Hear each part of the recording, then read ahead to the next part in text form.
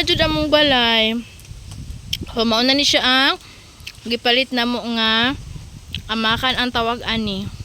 Amakan sunod na ikawayan kay para paipit. So mauna ni siya guys.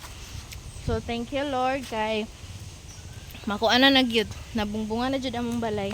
Salamat kayo sa amo ang panday nga si Juan. Si Mr. So kana siya guys na bungbungan na gud siya. Dayon update rata mo guys kung mahuman na gud na siya guys kaluyan para makabalhin na gid sila.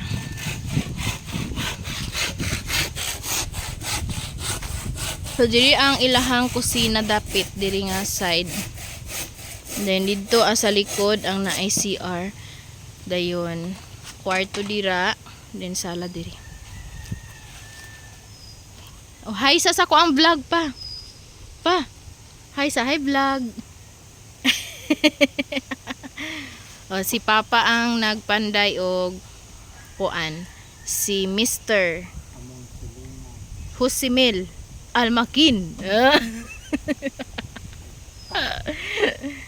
Oh, samo na siya guys. Dugay jud kay mi nga wala nakapalit og kuan kay walay kwarta. So karon nakaroy-an na jud na siya. Ang amat-amatan na jud na mo. Update mo guys pagka mahuman na jud. So kani diri nga area kay mao ni ang kusina dayon. Wala pa siya na semento kay wala pa jud siya semento so paulahir nato kay wala pa tay kwarta. Ato sagong siguroon ang bungbong ay importante kay para makabalhin na sila.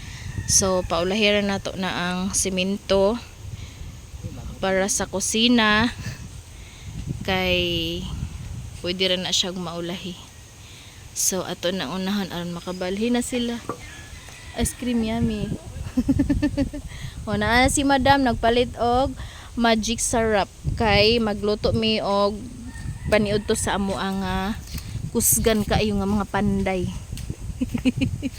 Koog nagsabaw ko kay para sa sa amo ang panday-panday. Ganahan lang gana si Papa guys og kuan kanang naisabaw. So magluto sa ako ha.